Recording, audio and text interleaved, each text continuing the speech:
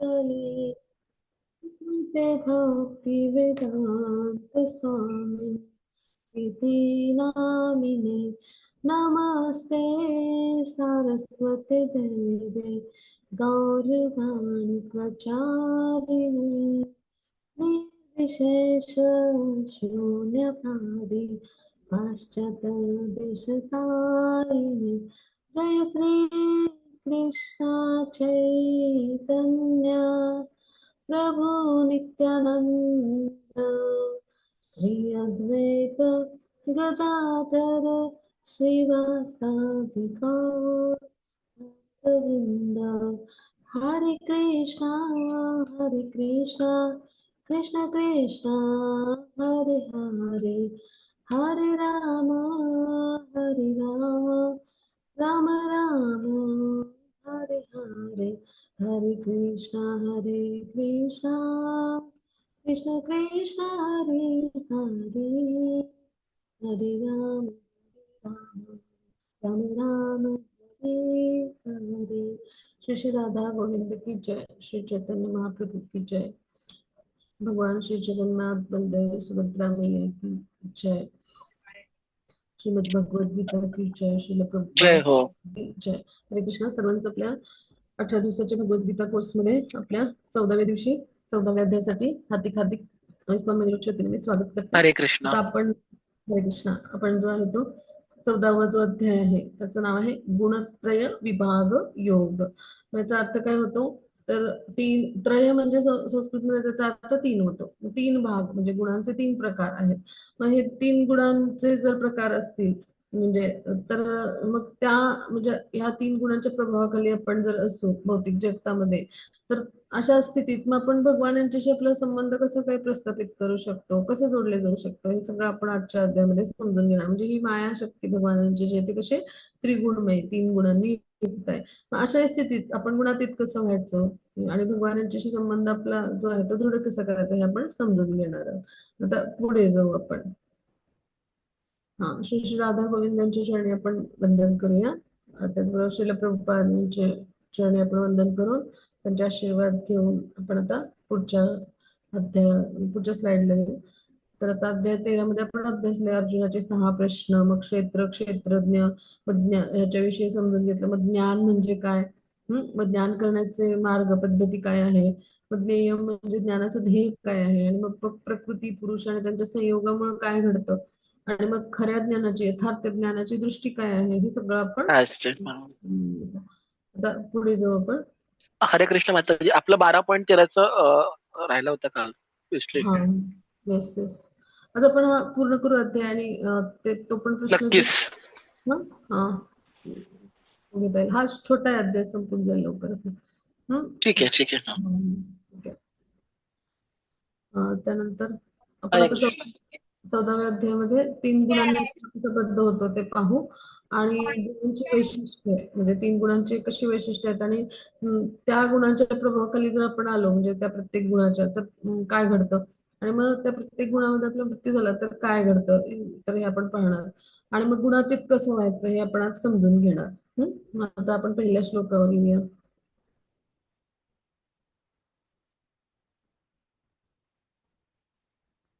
आता भगवान काय म्हणाले की मी पुन्हा एकदा तुला सर्व ज्ञानातले परम उत्तम ज्ञान सांगतो, जे जाणल्यानं सर्व मुनींना परमसिद्धी प्राप्त झाली। म्हणजे काय की भगवान आता पुन्हा एकदा परम ज्ञान जे आहे ते सांगतायत। पहा म्हणजे काय की आपण जो आहे हा ह्या अध्यायामध्ये आता आपण इथून पुढचे म्हणजे 13 पासून पुढे जे आहे ते आपण ज्ञानयोग जे आहे तो अभ्यास म्हणजे 13 पासून ज्ञानयोग जे आहे तो अभ्यासतो। आता 14 पासून पुढे जे आहे तर आपण म्हणजे गांभीर्याने आपण विचार करू असं सगळं ज्ञान आहे। म्हणजे प्रत्येक वेळी काय की आपलं आपण म्हणतो ना की परम गोपनीय ज्ञान जे आहे भगवान म्हणजे अजून त्यात गोपनीय अजून ज्ञान असं गोपनीय ज्ञान जे आहे ते जे ते अर्जुनाला सांगत जात आहेत। म्हणजे काय की ज्ञानामध्ये भर टाकतायत की असं परम उत्तम ज्ञान मी आज सांगणार आहे असं भगवान म्हणतात। म्हणजे काय की आज आपण असं ज्ञान जाणून घेणार की भक्तियोग तर आपण समजून घेतला, पण आता या भक्तियोगाचं आचरण करण्यासाठी या भौतिक जंजाळातून मुक्त होण्यासाठी कुठल्या परत ज्ञानाची आवश्यकता आहे तर ते म्हणजे काय की भौतिक गुणांच्या संपर्काने जीव कसा बद्ध होतो.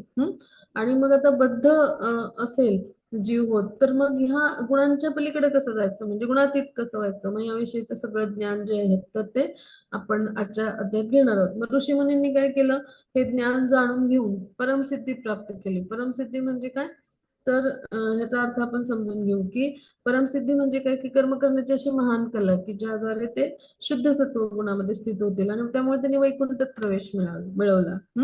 मग आतापर्यंत आपण वर्णन केलेले जे सगळे मार्ग आहेत, म्हणजे जे जे काही ज्ञान आपण घेतलं, मग त्या सगळ्या ज्ञानामध्ये आता हे सर्वश्रेष्ठ ज्ञान आहे. आज जे आपण समजून घेणार, जे म्हणजे इथं आपण समजून घेऊ की हे ज्ञान घेतल्यामुळं ऋषीमुनींनी परमसिद्धी प्राप्त केली आणि वैकुंठात प्रवेश मिळाला त्यांना. मग आजचं ज्ञान जे आहे तर ते आपल्याला वैकुंठामध्ये घेऊन जाणार आहे. म्हणजे काय, की हे जे ज्ञान आहे हे जर आपण जाणलं तर निश्चितच आपल्याला सुद्धा वैकुंठात जाण्याची संधी प्राप्त होईल. म्हणजे इतकं हे असं उत्तम म्हणजे आणि सर्वश्रेष्ठ ज्ञान आहे. मग आपण जे ते चित्रात पाहूया, जे नवयोगेंद्र आहेत मग त्यांना अशा पद्धतीने जे आहेत तर ते सगळं जे ज्ञान आहे तर ते म्हणजे त्या ज्ञानामध्ये ते स्थित होते पहा. आणि म्हणजे काय की परमसिद्धी म्हणजे असे अनेक आहेत ऋषी म्हणून की त्यांनी ही परमसिद्धी जी आहे ती प्राप्त केली होती. आता पुढे जाऊ आपण, पुढच्या स्लाइडवर येऊ. हा, मग या ज्ञानामध्ये स्थिर मनुष्य म्हणजे स्वतःसारख्या दिव्य स्वभावाची प्राप्ती करू शकतो. याप्रमाणे स्थिर झालेला मनुष्य सृष्टीच्या वेळी जन्म घेत नाही किंवा प्रलयाच्या वेळी व्यथित होत नाही. म्हणजे काय, की हे ज्ञान कसं आहे, तर हे जर ज्ञान मिळालं एखाद्याला म्हणजे असं, तर तो म्हणजे कसं की हे गुणांविषयी सगळी माहिती, मग आणि मग ते गुण कसं कार्य करतात आणि मग ह्या गुणामध्ये स्थित झालो या प्रभावाखाली प्रत्येक गुणाच्या, तर पुढे त्याचं काय होतं, गंतव्य काय असतं अशा व्यक्तीचं, हे सगळं ज्ञान जेव्हा घेतो आपण तेव्हा या ज्ञानामध्ये आणि गुणातीत कसं द्यायचं, म्हणजे असे जर गुणांच्या प्रभावाखाली आपण असू तर गुणातीत कसं जायचं ह्या विषयीचं पण ज्ञान. मग हे जेव्हा आपण घेतो तेव्हा भगवान काय म्हणतात की ह्या ज्ञानामध्ये स्थिर होऊन, म्हणजे काय की हे जे ज्ञान आहे सगळं जे आहे तीन गुणांच्या विषयी, तर ह्या ज्ञानामध्ये आपण स्थिर होऊन काय करेल मनुष्य माझ्या म्हणजे स्वतःसारख्या दिव्य स्वभावाची प्राप्ती करू शकतो. म्हणजेच काय, की वैकुंठात गेल्यानंतर सुद्धा आपला आत्मा जो आहे तर तो काही आपलं दिव्य स्वरूप गमावत नाही, म्हणजे भगवानांच्या सेवेमध्ये तो सदैव असतो. मग आता भौतिक जगत हे तीन गुणांनी कसं आहे, प्रदूषित आहे. मग आता हे ज्ञान जे आहे तर कसं आहे, दिव्य स्तरावरचं भगवान यांच्या विषयीचं ज्ञान आहे. मग ते तीन गुणांनी प्रदूषित नाहीये. मग आता इथं आपण समजून घेऊ की म्हणजे जो जीवात्मा आहे तर तो जी कर्म करत असतो भौतिक प्रकृतीमध्ये तर तीन गुणांच्या प्रभावाखाली करत असतो. मग ही जी कर्म आहेत तर ती तीन गुणांच्या उपस्थितीत भौतिक प्रकृतीमध्ये राहून कशा बऱ्या पद्धतीने आध्यात्मिक कर्म करता येतील, तर ही कला शिकणं म्हणजेच काय, कृष्ण भावनाभावित कर्म करणं किंवा आध्यात्मिक कर्म करणं आणि मग असं जीवन जगणं अशा स्थितीत राहून त्याला म्हणायचं म्हणजे भक्तिमय जीवन आपण जगणं. मग अशा पद्धतीने जेव्हा आपण कार्य करायला लागतो तेव्हा त्याला म्हणायचं परमसिद्धी प्राप्त करणं. म्हणजे काय, की अशा पद्धतीने कार्य करून आपण जेव्हा स्थिर होतो अशा दिव्य स्तरावरच्या ज्ञानामध्ये तेव्हा भगवान यांचे दिव्य स्वभावाची प्राप्ती करतो. म्हणजे काय, भगवान कसं आहे, तर सच्चिदानंद पूर्णतः आध्यात्मिक देह आहे भगवानांचा. मग तशाच आध्यात्मिक देहाची आपल्याला प्राप्ती होते. आणि का होते, तर आपण आध्यात्मिक गुणांचा जो तो विकास करून आपण या भौतिक जगतामध्येच राहून आध्यात्मिक ज्ञानामध्ये स्थित होतो आणि आध्यात्मिक कर्मच प्रत्येक कर्म आपण करतो. मग त्याद्वारे आपली जी अशुद्धी आहे ती निघून जाते आणि आध्यात्मिक देहाची प्राप्ती करते. म्हणजेच भगवान म्हणतात स्वतःसारख्या दिव्य स्वभावाची प्राप्ती आपण करू शकतो, म्हणजे भगवान यांच्यासारखं आध्यात्मिक शरीर आपल्याला प्राप्त होऊ शकतं. इथं पहा सगळे जणांना भगवान यांच्यासारखंच शरीर आहे. सगळे जे आहे तिथे पुरुष जीवात्मे आणि जे स्त्री जीवात्मे आहेत त्यांना राधाराणींसारखं शरीर आहे. म्हणजेच काय, की असं दिव्य आध्यात्मिक शरीराने आपण म्हणजे स्थिर म्हणजे अशा दिव्य आध्यात्मिक शरीराद्वारे आपण स्थिर होतो. आणि मग कुठे आपण गोलोक वृंदावनमध्ये गेल्यानंतर सृष्टीच्या वेळी जन्म घेत नाही, म्हणजे काय पुन्हा या भौतिक जगतात परतून येत नाही किंवा प्रलयाच्या वेळी व्यथित होत नाही. म्हणजे काय, तर जन्म मृत्यूच्या चक्रात जे अडकलेले असतात जीवात्मे ते पुन्हा प्रलयाच्या वेळी काय होतात, त्यांची शरीर नष्ट होतात आणि ते व्यतीत होतात म्हणजे आश्रयाला गर्भोदक विष्णू च्या उदरामध्ये जातात. मग अशी कुठलीच वेळ आपल्यावर येत नाही, म्हणजेच काय आपल्याला गोलोक वृंदावनची प्राप्ती होते. आता पुढे जाऊ आपण. हा, आता हा श्लोक आपण अभ्यासू. सर्व योनिषु कौन्तेय मूर्तय संभवन्ति याः तासां ब्रह्म महद्योनि अहम बीज प्रदपिता. तर आता इथे समजून घेऊ की भगवान काय म्हणतात की हे कोणते भौतिक प्रकृतीमध्ये जन्म घेऊन सर्व योनी प्रकट होत असतात. मी बीज प्रदान करणारा पिता आहे. म्हणजे काय की भौतिक प्रकृतीमध्ये जन्म घेऊन सर्व योनी प्रकट होतात म्हणजे काय. तर आता आपण जे जीवात्मे आहोत ते म्हणजे काय भगवानांची हरे आध्यात्मिक कृष्ण शक्ती माताजी, आणि आपला आवाज भौतिक ब्रेक शक्ती होतोय. यांचा संयोग आहे. हा, नाही, ऐकू आवाज बरोबर येतोय, पण प्रभूजींचा रेंज प्रॉब्लेम असेल. हरे कृष्णा. आता येतो ऐकू? हा, आता येतोय एक आवाज. आवाज आता येतोय तुमचा. आता येतोय आवाज, आता येतोय. कदाचित प्रभूजींच्या इथे नेटवर्क प्रॉब्लेम ठीक आहे. असेल. हो हो, पाऊस सुरू हा, आहे इथे, पाऊस सुरू आहे. नेट. हा, तर इकडे हरे कृष्ण, हरे Krishna. Continue please, please continue. मग आता इकडे भगवान काय सांगतात की भौतिक प्रकृतीमध्ये जन्म आपण घेणारे जे जीवात्मे आहेत तर आपलं कसं असतं पहा. तर आपण अपरा प्रकृती म्हणजे काय, आपला देह आहे तो भौतिक आहे. अपरा प्रकृती म्हणजे भौतिक शक्ती भगवानांची, आणि पराप्रकृती म्हणजे काय, तर जीवात्मा म्हणजे आपला जो आत्मा आहे तो कसा आहे, आध्यात्मिक. त्यांचा संयोग आहे. म्हणजे भौतिक आणि आध्यात्मिक शक्तीचा संयोग आहे. मग जीवात्मे सगळीकडे असतात, भूमी पाणी अग्नी सगळीकडे. मग भगवान जे आहेत ते काय म्हणतात, मी बीज प्रदान करणारा पिता आहे. म्हणजे काय की प्रकृती जी आहे भौतिक प्रकृती, तर तिला माते समान म्हटलं. मग प्रकृती मातेमध्ये श्रीकृष्ण काय करतात, पिता जसे बीज प्रदान करतात त्याप्रमाणे जे आहे ते जीवात्मे गर्भस्थ करतात. आणि त्यामुळं आपली जी पूर्वकर्म असतात त्यानुसार आपल्याला शरीर योनी मिळतात. मग अशा पद्धतीनं भौतिक प्रकृतीमध्ये जीवात्मे जन्म घेतात आणि सगळे प्रकट होतात. आता पुढे हा प्रभू पुढच्या श्लोकावर.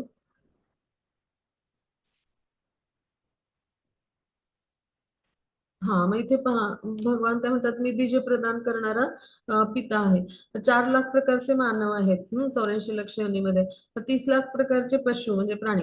10 लाख प्रकारचे पक्षी आहेत. मग 11 लाख प्रकारचे कीटक आणि सरपटणारे जे आहेत तर ते जीव आहेत. 20 लाख प्रकारचे वृक्ष आहेत म्हणजे झाडं किंवा वेली गवत असं. आणि 9 लाख प्रकारचे जलचर आहेत. मग असे एकूण जे आहेत तर ते 84 लक्ष योनी आहेत. मग आता पुढे जाऊ आपण. हा प्रभू पुढच्या स्लाइडवर येऊ. हा, मग आता ह्या श्लोकामध्ये आपण समजून घेऊ. सत्वं रजस्तम इति गुणा प्रकृती संभवाः निबध्नन्ति महाबाहो देहि देहिनम् अव्ययम्. तर आता इकडे समजून घेऊ की भौतिक प्रकृती सत्व रजतम या 3 गुणांनी बनलेली आहे. हे महाबाहो अर्जुना, जेव्हा जीव प्रकृतीच्या संपर्कात येतो तेव्हा या त्रिगुणामुळे तो बद्ध होतो. म्हणजे काय की आता भौतिक प्रकृती जी आहे तर ती कशी आहे, तर ती सत्व रज तम या 3 गुणांनी युक्त आहे. आता इथे पहा हे प्रकृतीचे 3 गुण जे आहेत तर त्यानुसार आपली काय अवस्था होते 3 गुणांच्या प्रभावाखाली आपण आल्यानंतर. हम्म मग आता भौतिक जगत जे आहे तर तिथे जीव हा कसा आहे, तर दिव्य असा भगवानाचा अंश आहे, आध्यात्मिक चित्कण आहे, स्फुल्लिंग आहे. मग तो इथे तो 3 गुणांच्या प्रभावामध्ये बद्ध होतो. आणि मग आता निरनिराळ्या प्रकारचे शरीर किंवा जे आहे ते त्यांना प्राप्त होतात. मग त्या अनुरूप त्यांना कार्य करायला लागतं. कोणाला मनुष्याचं शरीर, देवतेचं शरीर, मांजर कुत्रा डुक्कर असं वेगवेगळी शरीर मिळतात. मग त्यानुसार त्यांना कार्य करायला लागतं. मग आता पुढे जाऊ आपण.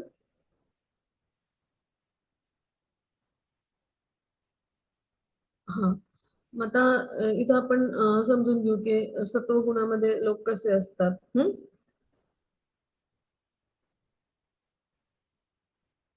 तत्र सत्वं निर्मलत्वात् प्रकाशकम् अनामयम् सुखसंगेन बध्नाति ज्ञानसंगेन चानघ. तर आता इकडे आपण समजून घेऊ की जे भगवान आहेत ते काय म्हणतात, ते अनग अर्जुना. अनग म्हणजे निष्पाप. तर सत्वगुण इतरांपेक्षा निर्मळ असल्यामुळे प्रकाशमय आहे आणि त्यामुळे हा मनुष्याला सर्व पापातून मुक्त करतो. सत्वगुणामध्ये स्थित आहेत ते सुख आणि ज्ञानाच्या भावनेने बद्ध असतात. तर आता आपण समजून घेऊ की सत्वगुण जो आहे तो सर्व गुणांमध्ये शुद्ध आहे म्हणजे भौतिक जगतातल्या तमोगुण रजोगुणाच्या तुलनेत तो शुद्ध आहे. म्हणून इतर गुणांपेक्षा तो शुद्ध निर्मळ आहे असं म्हटलंय. आणि मग आता सत्वगुणी मनुष्य कसा असतो, तर तो असा जो व्यक्ती असतो तो अत्यंत बुद्धिमान असतो, किंवा भौतिक जी दुःख आहेत वेगवेगळी त्याच्या जीवनातली, तर त्यांनी तो तितकासा प्रभावित होत नाही. म्हणजे काय की त्यांनी जाणलेलं असतं की भौतिक ज्ञानामध्ये पण त्यानं प्रगती केलेली असते, आणि त्याचबरोबर ती करायची आहे, आपल्याला अजून प्रगती करायची आहे हेही त्याला माहिती असतं, म्हणजे ती जाणीव असते. मग सत्व गुणी व्यक्ती कसा असतो, तर तो म्हणजे जो आहे तर तो बुद्धिमान असल्यामुळे सगळे परोपकारी क्रिया करतो. ज्ञानाचा स्तर भौतिक आध्यात्मिक दोन्ही ज्ञानाच्या स्तरावर तो उन्नत व्हायचा प्रयत्न करत असतो. म्हणजे आध्यात्मिक कोणी त्याच्या जीवनामध्ये जर गुरु आले किंवा असे साधू असे आले, किंवा कृष्ण भावनावत व्यक्ती, तर निश्चित तो आध्यात्मिक स्तरावर सुद्धा उन्नत होऊ शकतो. मग आता सत्वगुणी व्यक्तीचे कसं असतं की तो सत्वगुणात स्थित असल्यामुळे पापकर्म कुठली करत नाही, सगळ्या परोपकाराच्या कृती, सगळ्यांना उपयोगी असा पडणारा असा मनुष्य हा. आणि त्यामुळे पापाचा अभाव आणि भरपूर सारं ज्ञान, बुद्धिमत्ता भरपूर, तेव्हा भरपूर सारं ज्ञान, आणि त्यामुळे भरपूर सारं सुख, तर असं म्हणजे सत्वगुणी व्यक्तीचं जीवन असतं. त्याचं उदाहरण म्हणजे ब्राह्मण वर्णाचे व्यक्ती, मग त्यांच्याकडे भरपूर सारं ज्ञान असतं आणि ते ज्ञानदानाचं काम करत असतात, त्यामुळे भरपूर साऱ्या सुविधा. पूर्वी राजाश्रय असायचा, ब्राह्मण वर्णाच्या व्यक्तींना सगळं काही म्हणजे राजाकडून पुरवलं जायचं. कारण ते भगवान यांच्याशी असलेलं संबंध दृढ करण्यासंबंधीचं ज्ञान द्यायचे. गुरुकुलना पण राजाश्रय असायचं. मग इथे आपण समजून घेऊ.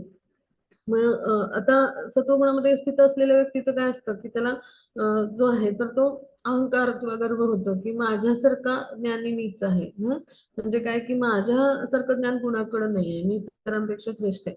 मग ह्या स्वतःच्या समजुतीमुळेच तो बांधला जातो म्हणजे सत्वगुणामध्ये. आणि मग ज्ञानाचा अभिमान असल्यामुळे त्याचं राहणीमान कसं असतं, उच्चस्तरीय उच्च श्रेणीचं, म्हणजे भरपूर ज्ञान, त्यामुळे उच्चस्तरीय असं राहणीमान.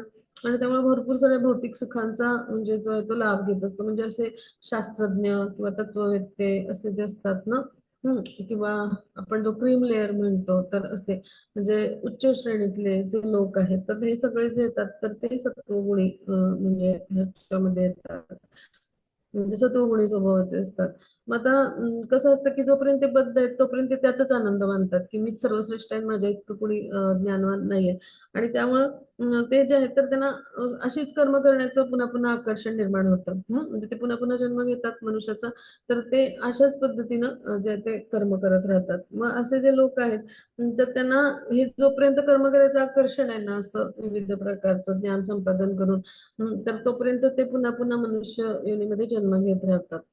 म्हणजे काय की ते पुन्हा तत्ववेत्ता वैज्ञानिक असे बनू शकतात. म्हणजे असे उदाहरण आहेत असे वेगळे, म्हणजे उच्च पद असतात साधारण, की जिथं बुद्धीची गरज आहे अशा पद्धतीचं ते सत्वगुणी व्यक्ती तिथे कार्यरत असतात.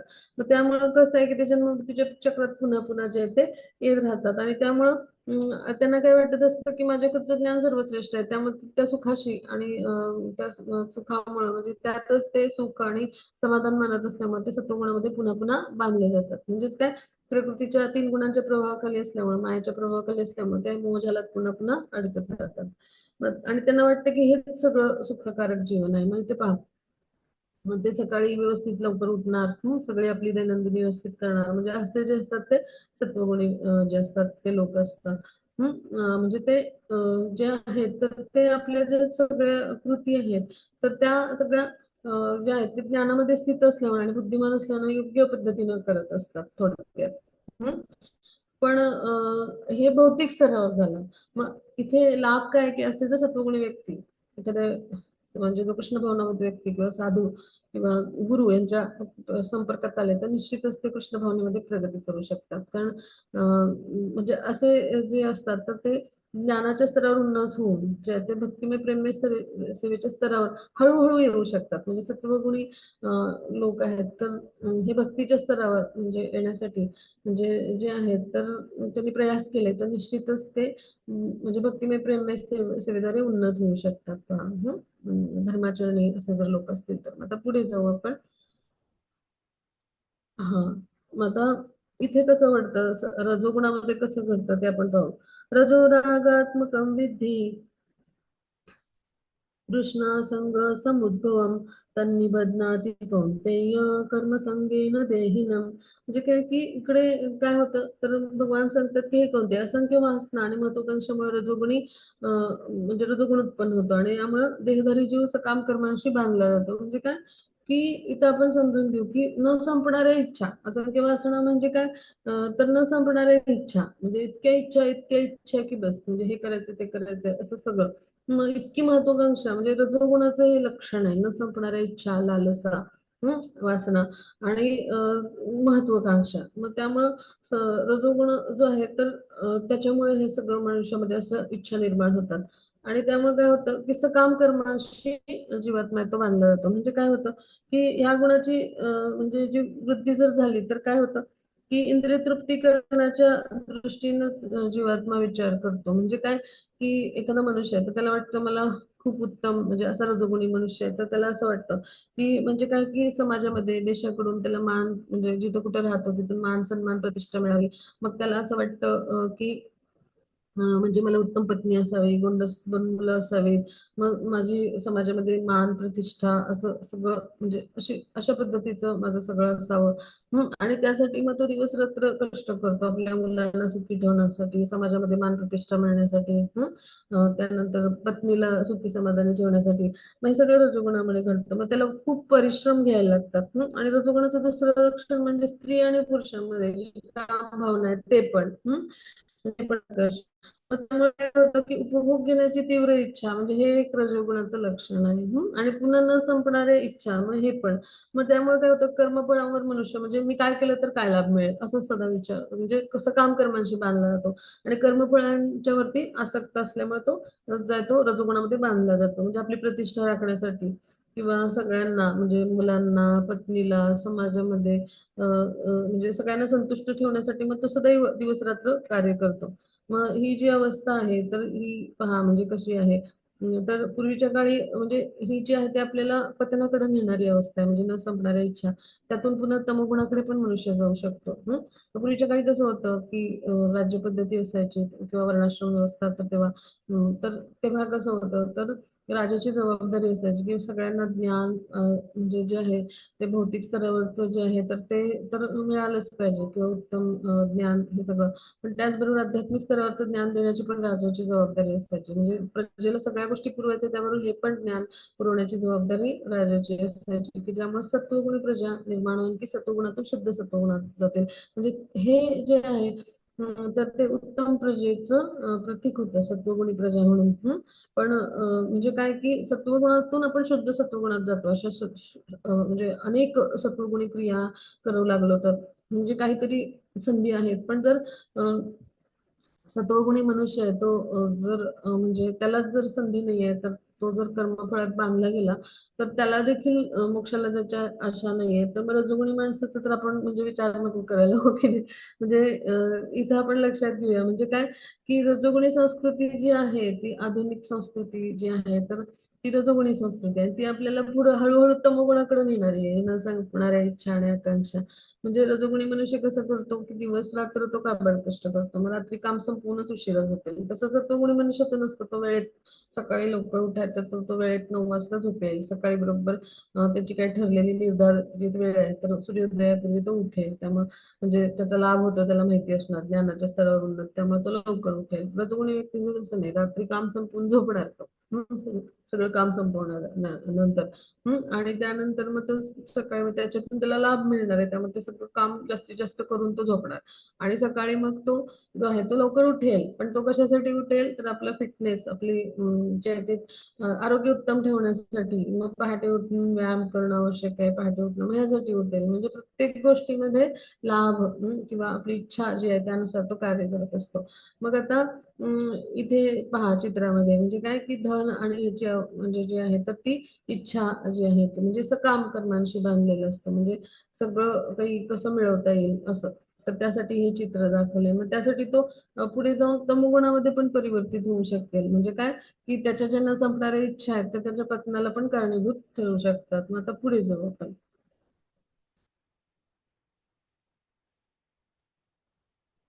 हा. आता इथे आपण समजून घेऊ की ह्या श्लोकामध्ये काय सांगितलंय तर हे भारता, अज्ञानापासून उत्पन्न झालेले तमोगुण म्हणजे सर्व देहधारी जीवांचा मोह असल्याचे जाण. प्रमाद, आळस, निद्रा हे तमोगुणाचे परिणाम आहेत आणि बद्ध जीवाला बंधनकारक ठरतात. आता पहा हं, की इथं श्लोकामध्ये आपण जे पाहिलं तर इथं काय सांगितलंय की तमोगुण जो आहे तर तो आपल्याला सत्वगुणाच्या अगदी उलटा आहे. म्हणजे काय की सत्वगुण ज्ञानाच्या विकासामुळे मनुष्याला समजतं सत्वगुणामुळे की म्हणजे काय आपल्यासाठी योग्य आहे, काय अयोग्य आहे, म्हणजे अशी त्याला सारासर बुद्धी असते विचार करण्याची. पण तसं तमोगुणी व्यक्तीमध्ये नसतं. म्हणजे त्याला यथार्थ जे आहे तर एखादी गोष्ट आहे तर ती तिचं यथार्थ स्वरूप, यथार्थ म्हणजे जे सत्य आहे, वास्तविक आहे ते त्याला जाणता येत नाही. आणि मग असे जे व्यक्ती असतात तर त्यामुळं जे आहे तर यथार्थ स्वरूप नाही जाणू शकत एखाद्या गोष्टीचं. मग त्यामुळे काय असतं की उदाहरण घेऊ आपण की आपण म्हणतो ना की दोरीला सर्प समजणे असं होतं त्यामुळं. तर हे कशामुळे असतं, भ्रमित असतात त्यामुळे होतं. मग आता आपलं तमोगुणी लोकांचं एक म्हणजे अगदी उदाहरण घेऊ आपण आपल्या भौतिक जीवनातलं, की अशा व्यक्तीला माहिती असतं की आपल्या आजोबांचा पण मृत्यू झालाय, आपल्या पित्यांचा पण मृत्यू झालाय आणि आता आपला पण होणार आहे. तरी पण भरपूर मोठा धनाचा संचय तो करत असतो की जेणेकरून आपण अजरामर आहोत. म्हणजे अशा पद्धतीनं मग हे जे आहे ना तर हे जे आहे तर तमोगुणी व्यक्तीचं लक्षण आहे. म्हणजे पहिला प्रमाद म्हणायचं म्हणजे काय की म्हणजे त्यांच्या सगळ्या मूर्खपणाच्या कृती असतात की ज्याचा त्याला पण लाभ नाही आणि इतर समाजाच्या कल्याणाकरता पण त्याचा उपयोग नाही. म्हणजे काय की असे जे लोक असतात ते आध्यात्मिक उन्नतीसाठी पण ते कधीही म्हणजे उत्सुक नसतात. की त्यांना रजोगुणी व्यक्तीला उत्साह तरी असतो की काय आहे आपण पाहूया. तसं पण नसतं त्यांचं. त्यांना म्हणजे रजोगुणी म्हणजे लोकांसारखे हे आपण म्हणू की सक्रिय पण नसतात. म्हणजे तर कसं असतं, तमोगुणी मनुष्य जो आहे तो अधिक झोपतो, म्हणजे झोपाळू आपण म्हणतो, त्यानंतर आळशी असं असतो. आणि मग 6 तास झोप खरं तर आपल्याला पुरेशी आहे. पण हा जो आहे तो प्रमाणापेक्षा जास्त झोपतो. मग झोपण्यामुळे काय होतं, नैराश्य जास्त येतं, खिन्नता वाढते. मग त्यामुळे मादक पदार्थ किंवा असे अंमली पदार्थ वेगवेगळे किंवा व्यसनाधीनता ही त्यांच्यामध्ये पाहायला मिळते. ते चित्रात पहा. मग म्हणजे मानसिक स्तरावर सुद्धा म्हणजे जे आहे तर खिन्नता किंवा अत्याधिक आपण म्हणतो ना डिप्रेशन, अशा स्तरावर सुद्धा म्हणजे ह्याची परिस्थिती होते. म्हणजे ही सगळी जी लक्षणं आहेत ती कशाची, तमोगुणामध्ये बद्ध झालेल्या व्यक्तीची. म्हणजे तमोगुणी व्यक्ती काय करेल, म्हणजे जर तो मोबाईलवर गेम बघत बसला तर तो दिवस रात्र गेमच बघत बसेल. म्हणजे रात्री 2 वाजता काय झोपेल. मग तो पॉपकॉर्न खात बसला किंवा काही ड्रिंक घेत बसला तर तेच करत बसेल तो. म्हणजे कुठल्याच गोष्टीचं ताळतंत्र नसतो. मग सकाळी पण तो कसा उठेल, रात्री म्हणजे किती वाजता झोपलाय ह्याचं काही वेळेचं गणित नसेल तर सकाळी तो 10-11 पुढेच उठेल. म्हणजे असं म्हणजे हे जे आहे ना सगळं अनियमितता, तर हे जे आहे तर हे सगळी लक्षणं तमोगुणी व्यक्तींची असतात. मग आता पुढे जाऊ आपण. हा, मग आता इथे काय म्हटलंय की सत्वम सुखे संजयती रजा कर्माणि भारता ज्ञानम आवृत्य तू तमा प्रमादे संजयत्युत. म्हणजे काय की इथं आपण समजून घे की हे भारतात सत्वगुण मनुष्याला सुखाने बांधतो, रजोगुण सकाम कर्माशी बांधतो, तमोगुण त्याचे ज्ञान आवृत्त करून मूर्खपणाशी बांधतो. म्हणजे काय, सत्वगुणी मनुष्य तो आपल्या जे कर्म आहेत त्याची, तर त्यामुळं त्या म्हणजे त्याचं जे संशोधन किंवा त्याचं ज्ञानच असतं त्यामुळे स्वतःमध्ये संतुष्ट असतो, असा तत्वज्ञानी, वैज्ञानिक किंवा उच्च पदस्थ कोणी शिक्षण तज्ञ असेल असा. विविध उदाहरण आहेत म्हणजे ज्ञान क्षेत्राशी संबंधित असे असे लोक असतात किंवा संशोधक असतात. मग ते त्याच्यातच समाधानी असतात. मग त्यामुळं ते जे आहेत तर ते सुखाने बांधले जातात. मग रजोगुणी मनुष्य असा काम कर्माने बांधला जातो. म्हणजे जितकं काही धन मिळवता येईल तेवढं तो मिळवतो आणि ते सत्कर्मामध्ये म्हणजे जे ते उपयोग करतो त्याचा. म्हणजे काय की एखादं रुग्णालय बांधून ते मोफत चालवायला देईल तो. म्हणजे अशा धर्मादाय संस्थांना मदत करेल तो. मग ही रजोगुणी मनुष्य, पण त्याला त्यामध्ये काय असतं, हवं असतं की आपल्या स्वतःचा मान प्रतिष्ठा समाजामध्ये कसा निर्माण होईल यासाठी तो प्रयत्न करत असतो. मग आता तमोगुणी मनुष्याचं कसं असतं की त्याचं ज्ञानच सगळं आच्छादित असतं. आणि मग तमोगुणाच्या प्रभावाखाली तो जे काही करतो ते न त्याच्या कल्याणासाठी असतं ना म्हणजे समाजाच्या कल्याणासाठी. अशा पद्धतीने तमोगुणी मनुष्याची जे असतात ते कृती असतात. मग आता अशा पद्धतीने मग तमोगुणी व्यक्ती विषयी काय म्हटले तर तो आपलं जे ज्ञान आहे तर ते आवृत्त करून त्याला प्रमादाशी किंवा मूर्खपणाशी बांधतो. म्हणजे काय, की अशा सगळ्या मूर्खपणाच्या कृती असतात, त्याचं ज्ञान जे आहे ते असं आच्छादलेलं असतं. त्यामुळे मग आता पुढे जाऊ आपण. हा, मग आता भगवान काय म्हणतात, हे भारता, कधी कधी रजोगुण तमोगुण यांचा पाडाव करून सत्वगुण प्रमुख होतो, कधी कधी रजोगुण सत्व तम यांचा पाडाव करतो, तर इतर वेळी तमोगुण सत्व रज यांचा पाडाव करतो. त्यामुळे वर्चस्वाखाली निरंतर स्पर्धा होते. म्हणजे काय होतं, की रजोगुण तमोगुण यांचा पाडाव करून सत्वगुण प्रमुख होतो. म्हणजे काय, की तीन गुणांनी आपण तीन गुणांनी युक्त असलेल्या मायेमध्ये आहोत. मग त्यामुळे तीन गुणांच्या प्रभावाखाली मग कधी कधी काय होतं, की रजोगुण तमोगुणावर मात होऊन सत्वगुणी कृती आपल्याकडून घडतात. कधी कधी सत्व आणि तम यांच्यावर मात करून आपल्याकडनं रजोगुणी कृती घडतात. आणि कधी कधी काय होतं, की सत्व आणि रज यांच्यावर मात करून तमोगुणी कृती घडतात. म्हणजे अशा पद्धतीनं बद्ध जीवात्म्याकडून कधी सत्व, कधी रज, कधी तमोगुणी भौतिक प्रकृतीमध्ये ज्या आहेत त्या कृती घडत असतात. पण याच्यावरून आपण जे आहे ते समजून घेऊ. हं? की हे कसं आहे, रस्सीखेच इथं चित्रात जे आहे ते टग ऑफ वॉर ज्याला म्हणतो आपण. तर अशा पद्धतीनं जे आहे ते सुरू राहतं. निरंतर स्पर्धा म्हणजे काय, की प्रत्येक गुण जो आहे तो आपलं वर्चस्व जे आहे ते सिद्ध करायचा प्रयत्न करत असतो. म्हणजे तशा कृती आपल्याकडून घडत असतात. सकाळची वेळ सत्वगुणी आहे पहा, मधली वेळ ती रजोगुणी आहे दिवसाची, आणि संध्याकाळची वेळ जी आहे ते संध्याकाळी 6 नंतर ही तमोगुणी वेळ आहे. अशा कृती म्हणजे आपल्या दिवसभराच्या कृती जर आपण अनुभवल्या, तर आपल्याला लक्षात येईल की आपल्या कशा कृती आहेत. मग कधी आपण खूप सत्वगुणी कृती करतो, कधी खूप रजोगुणी करतो, म्हणजे असं लक्षात येईल आपल्याला. मग याच्यावरून आपल्याला लक्षात येईल की हे सगळं असं निरंतर स्पर्धायुक्त असं सगळं आपलं जीवन असतं. तर मग इथे आपल्याला सत्वगुणी कृती वाढवायच्या आहेत. मग यासाठी काय करायला पाहिजे, भक्तांचा संग करायला पाहिजे आपण, शास्त्रांचं अध्ययन करायला पाहिजे, नाम संकीर्तन किंवा हरिनामचा जप करायला पाहिजे. म्हणजे ह्या कृती आपल्याला सत्वगुणाची वृद्धी करणारे असतात.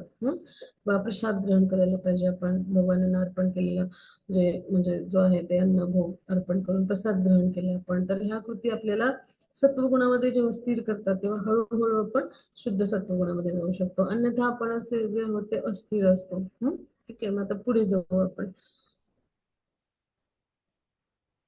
जेव्हा देहाची सर्व द्वारे ज्ञानाने प्रकाशित होतात, तेव्हा सत्वगुणाच्या प्रकटीकरणाचा अनुभव येतो. म्हणजे काय, की आता इथे आपण समजून घेऊ की जेव्हा सत्वगुणाची वृद्धी होते तेव्हा कसं ओळखायचं, तर आपले हे जे दोन नाकपुडे आहेत, दोन डोळे आहेत, हे दोन कान आहेत, त्याचबरोबर आपलं जे मुख आहे, त्यानंतर जननेंद्रिय आणि गुदद्वार, तर ही जी 9 द्वार आहेत, तर ही द्वार सत्वगुणाच्या लक्षणाने प्रकाशित होतात. म्हणजेच काय, सत्वगुणाची वृद्धी होते. म्हणजे काय, त्याचा अर्थ आपण समजून घेऊया, की आपण सत्वगुणामध्ये जेव्हा स्थित होतो ना, तेव्हा आपण जे काही आहे यथार्थ, म्हणजे जे सत्य आहे, वास्तव आहे, तेच पाहू शकतो, तेच आपण कानाने ऐकतो. आणि आपल्याला योग्य रीतीने ते समजू येतं.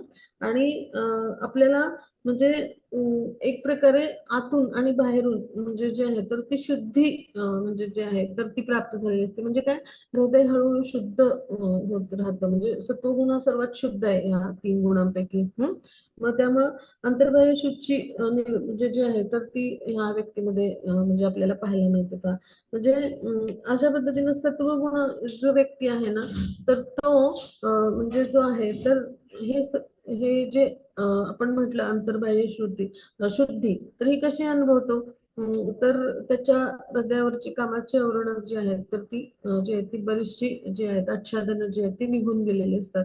मग हे कसं ओळखायचं, तर उदाहरण घेऊया, की आपण भौतिक जीवनामध्ये जेव्हा असतो तर त्यावेळेला एखादा व्यक्ती आपल्याला फसवतोय किंवा एखादा व्यक्ती आपल्याशी खोटं बोलतोय, आपल्याला लक्षात नाही येत, पण आपण हळूहळू जेव्हा सत्वगुणाकडे प्रगती करतो ना, आपल्याला जे यथार्थ आहे तेच कळायला लागतं. ती व्यक्तीचा विचार काय आहे, ती व्यक्तीचा म्हणजे एक उदाहरण देते मी असं, तर हे लक्षात यायला लागतं. मग सत्वगुणाची वृद्धी झाल्यामुळं या स्तरावर तो व्यक्ती उन्नत झालेला असतो. पण यासाठी जे आहे तर त्याचे प्रयास पण असतात तसे, म्हणजे त्या प्रयासाने सत्वगुणामध्ये म्हणजे आध्यात्मिक स्तरावरची जी उन्नती आहे तर तिथे सत्वगुणाची वृद्धी होणं म्हणजे एक चांगलं लक्षण आहे. सत्वगुणी क्रिया आपण जेवढ्या जास्त करू ना, तेवढ्या शुद्ध सत्वगुणामध्ये आपल्याला त्या घेऊन जाणारे असतात, शुद्धीच्या स्तरावर घेऊन जाणारे असतात. कृष्ण भावनाभावित व्यक्ती जे कार्य करतो ना, ते सगळे सत्वगुणामध्ये असतात. म्हणून हळूहळू आपण शुद्ध सत्वगुणाकडे जे आहे ते म्हणजे हळूहळू त्या स्तरावर जे आहे ते जाण्यासाठी प्रगती करत असतो. मग आता पुढे जाऊ आपण. हा हे भरतर्षभ जेव्हा रजोगुणामध्ये वृद्धी होते तेव्हा अत्याधिक आसक्ती, सकाम कर्म, महत् प्रयास, अनियंत्रित इच्छा आणि लालसा इत्यादी लक्षणं उत्पन्न होतात. म्हणजे रजोगुणी माणसाची कशी अवस्था होते, तो कधीच संतुष्ट नसतो, त्याच्या न संपणाऱ्या इच्छा. मग आपलं स्थान आहे त्यापेक्षा अजून उंचावण्यासाठी मनुष्य काय करतो, सदैव इच्छा. म्हणजे राहण्यासाठी बंगला असेल तर आता महाल किंवा प्रासादासारखं घर हवं असं वाटतं त्याला. मग त्यासाठी तो पराकाष्ठा करेल. मग घरामध्ये जणू काही असं त्याला वाटतं की मी कायमच राहणार आहे. खरं तर आपल्याला मृत्यू आहे, हो की नाही? तर म्हणजे शरीर जे आहे तर एक म्हणजे आपलं जे आहे ते शरीर जेव्हा निरुपयोगी होईल त्यावेळेला आतमध्ये शरीर सोडून निघून जाणार आहे. पण त्याला असं वाटतं की आपण जणू काही नित्य त्या घरातच राहणार आहे. मग इंद्रिय भोग करण्याची तीव्र इच्छा असते आणि आपली मुलं बाळ पत्नी कुटुंब यांच्यासोबत इंद्रिय तृप्ती करण्यामध्ये तो रममाण असतो. म्हणजे त्याच्या इच्छांचा कधी शेवटच होत नाही. अशा न संपणाऱ्या इच्छा इकडे चित्रात दाखवलंय पहा. अशा पद्धतीने परिस्थिती असते. म्हणजे एकाच वेळी सगळ्या गोष्टी करायच्या, हे करायचं ते करायचं, म्हणजे ऑक्टोपस सारखं. आणि म्हणजे प्रत्येक इच्छा जी आहे तर ती कशासाठी असते, तर इंद्रिय म्हणजे जे आहेत तर त्यांना म्हणजे ती सुख पूर्ण करण्यासाठी, म्हणजे सकाम कर्म म्हणजे भोग करण्यासाठी. मग रजोगुणाची वृद्धी झाल्यावर काय होतं की त्यांचे सकाम कर्म करण्याचे महत्प्रयास अजून वाढतात. त्यामुळे अनियंत्रित इच्छा आणि लालसा ही लक्षणं उत्पन्न होतात. पुढे जाऊ आपण आता. हे गुरुनानक जेव्हा तमोगुणामध्ये वृद्धी होते तेव्हा अंधकार, निष्क्रियता, मूर्खपणा आणि मोह हे प्रकट होतं. म्हणजे काय, तमोगुणामध्ये वृद्धी म्हणजे काय की पहा, जिकडे प्रकाश नाही म्हणजे तिथे अंधार आहे. म्हणजेच काय, प्रकाश म्हणजे ज्ञानाचं स्तर असं आपण म्हणतो. म्हणजे तर मग म्हणजे काय की ज्ञान म्हणजे त्याला आपण काय म्हणतो, प्रकाश असं त्याला मानतो. म्हणजे प्रकाशाची बाजू म्हणजे ज्ञानामुळं आपल्या भौतिक अंधकारमय जीवनामध्ये जो आहे तो प्रकाश निर्माण होतो असं आपण मानतो. मग ज्ञानाचा अभाव म्हणजे काय, तर तिकडे सगळा अंधकार हे या अर्थाने असं आपण त्याचा विचार करूया. मग त्यामुळे काय की शास्त्राच्या विधिविधानाचं तर असं व्यक्ती पालन करतच नाही, म्हणजे फार दूरची गोष्ट आहे. चार नेमक तत्वांचं पालन तर अजून लांब. म्हणजे विकृत इच्छेनुसार म्हणजे जी त्याचा त्यांना उपयोग नाही अशी ते कर्म करतात, किंवा समाजाला पण उपयोग नाही अशी कर्म करण्याची इच्छा. आणि त्यांच्याकडे कार्यक्षमता योग्य असली तरी ते काय करतात, काहीही प्रयत्न नाही करत. मग ह्याला म्हणायचं मोह. आणि मग चेतना जरी असली तरी त्यांचं जीवन कसं आहे, निष्क्रियच असतं, म्हणजे काहीच करत नाही. म्हणजे निष्क्रियता जास्त असते. मग ही सगळी तमोगुणी व्यक्तींची लक्षणं आहेत. मग निष्क्रियता काय करते की वेगवेगळ्या व्यसनांच्या अधीन करते पहा. आणि त्यामुळे हे जे तमोगुणी व्यक्ती असतात तर ह्यांच्या सगळ्या मूर्खपणाच्या कृती ज्या आहेत त्या त्यामुळे घडतात की ज्याचा त्यांनाही उपयोग नाही आणि समाजालाही उपयोग नाही. आता पुढे जाऊ आपण. जेव्हा मनुष्याचा सत्वगुणामध्ये मृत्यू होतो तेव्हा तो महर्षींच्या उच्चतर पवित्र ग्रह लोकांना प्राप्त होतो. म्हणजे आता सत्वगुणामध्ये मृत्यू झाला तर ब्रह्मलोक, जनलोक असे उच्च लोक आहेत. तर जिथे पुण्यात्मे महात्मे असतात, साधारण तपस्वी असे जे लोक असतात, भगवानाचे चांगले भक्त असतात, मग तिथे त्यांना प्रवेश मिळतो. म्हणजे अशा ठिकाणी दैवी सुखांचा ते भोग करतात. म्हणजे रज आणि तमोगुण जे आहेत ते कसे आहेत, अशुद्ध आहेत सत्वगुणापेक्षा. सत्वगुण सर्वात शुद्ध आहे. मग त्यामुळं अशा जीवांना जे आहेत तर ते सत्वगुणामध्ये मृत्यू झाला तर असे जिथे महान भक्त महर्षी पहा वेगवेगळे जिथे निवास करतात तर तिथे म्हणजे जे आहेत तर अशा उच्च लोकांमध्ये स्थान मिळतं. मग नारद मुनींसारखे जे असतात ते कुठल्याही लोकांमध्ये जाऊन भ्रमण करत असतात, तिथे त्यांना मार्गदर्शन करत असतात. म्हणजे अशा चांगल्या लोकांमध्ये जन तप अशा लोकांमध्ये त्यांना स्थान मिळतं. आता पुढे जाऊ आपण. प्रभूजी जेव्हा मनुष्याचा रजोगुणामध्ये मृत्यू होतो तेव्हा तो सकाम कर्मामध्ये संलग्न झालेल्या मनुष्यात जन्म घेतो. आणि जेव्हा तमोगुणामध्ये मृत्यू होतो तेव्हा तो पशुयोनीमध्ये जन्म घेतो. म्हणजे रजोगुणामध्ये मृत्यू झाला तर काय होतं, तर सकाम कर्मामध्ये संलग्न म्हणजे असतो तो. त्यामुळे पुन्हा तो मनुष्याचा जन्म घेतो आणि पुन्हा त्याच्या ज्या काही इच्छा आहेत त्यानुसार येऊन कार्य करतो. म्हणजे असं त्याच्या इच्छा संपतच नाही. त्यामुळे तो पुन्हा पुन्हा मनुष्य शरीरामध्ये जन्म घेऊन येतच राहतो आणि आपली कर्म करतच राहतो. तर तमोगुणी व्यक्तीचा मृत्यू झाला तर काय होतं, त्याचं पतन होतं निम्न योनीमध्ये, म्हणजेच पशु योनीमध्ये त्याला जन्म मिळतो.